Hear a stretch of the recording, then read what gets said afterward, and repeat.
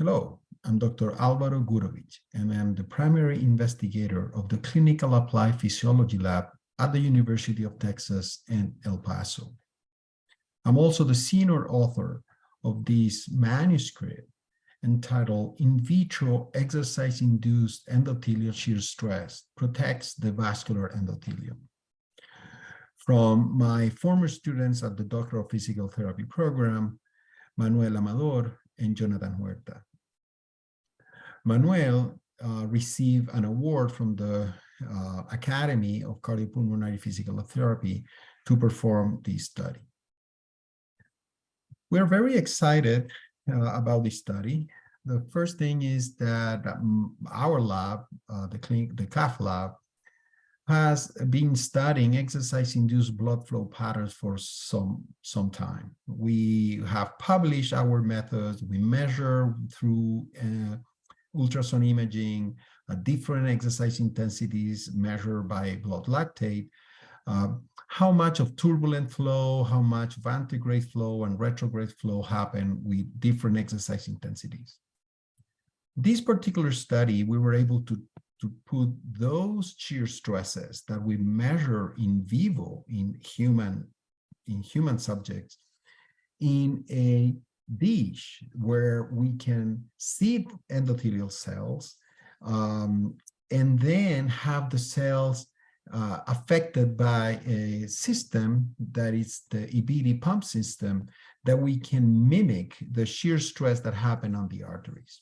So basically what we're doing is on this slide, we see the cells and then we put the same amount of shear stress. The shear stress that we use for this study is the first time that it's being used so high. Previous in vitro studies have used 15 dynes per centimeter squares. However, based on our previous reports, the baseline resting measurements of shear stress is around 30 to 40 dynes per centimeter squares. And during exercise, it can go all the way to 80 to 90 dynes per centimeter squares. So what we did here, we tried to mimic the carotid artery with the bifurcation of the carotid artery, where you can see that you have a laminar flow and some turbulent flow at these different levels of shear stress. Then we took the cells out of the system and we performed immunohistochemistry for two main markers. One was endothelial nitric oxide synthase, phosphorylated. That is the enzyme that produces nitric oxide inside the endothelial cell. And the other marker was actin. That is one of the structures that give the endothelial cells. Our results show that first, exercise intensity is relevant if we want to change the genomic of the cell. If we want to increase the expression of the molecules inside the endothelial cell, exercise intensity is relevant. We can see in one of the figures that enos show a higher expression with higher intensity. The second thing that we found is that turbulent flow, that normally turbulent flow is seen like a detrimental effect. Turbulent flow not always is as bad. We can see in the actin immunohistochemistry slide that where's at the bifurcation where we have more turbulent flow, the amount of actin that is expressed is higher than in the other places. What it means that the turbulent flow could be helping the cell to be stronger.